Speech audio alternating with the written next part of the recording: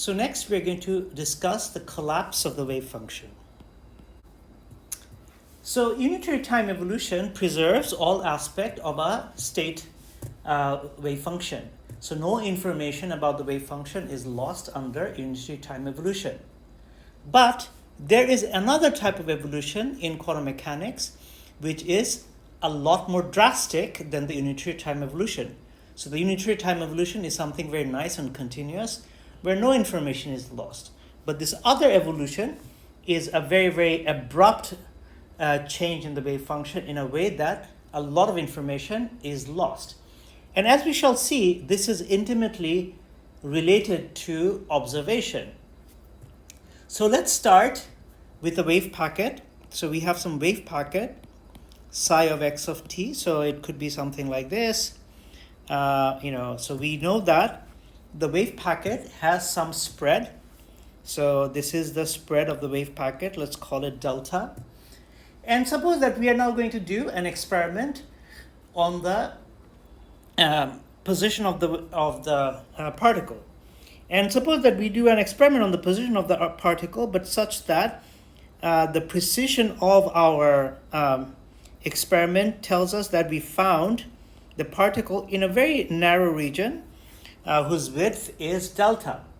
So now we can ask the question, what is the wave function of described in particle right after we observed that the particle was in this place, say x0, whose width was small delta. Now obviously it is not going to be a wave function whose width is big delta. So it'll be something where the wave function has a very narrow width. That is what we will expect. So in other words, the act of observation collapses a wave function whose width is, say, delta to another wave function whose width is small delta.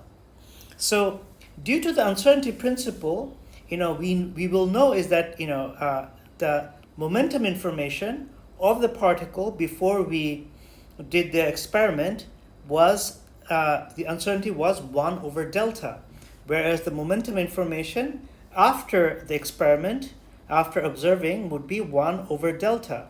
So the uncertainty in the momentum would be much, much bigger after the experiment than the uncertainty in the momentum before the observation. So this is known as the collapse of the wave function. Let's look at another example. So suppose that we have a wave function, say psi, and of course we can write psi as a sum over the eigenfunctions, the energy eigenfunctions like this. Now suppose we measure the energy of the system which is in the state psi. Then of course the result of our experiment is going to be one of the eigenvalues of H, which is going to be EI. So when we do this, what happens is that the wave function, which the particle whose state was given by the wave function psi, we can be sure now that it is now given by the wave function phi I. So this is another example of collapse. So when this collapse happens, we are losing all the information, the CI information, because all the CIs, the set of all the constant CIs, they preserved the information that was psi. But after observation, we have no information on any of the CIs anymore. So all those information is lost.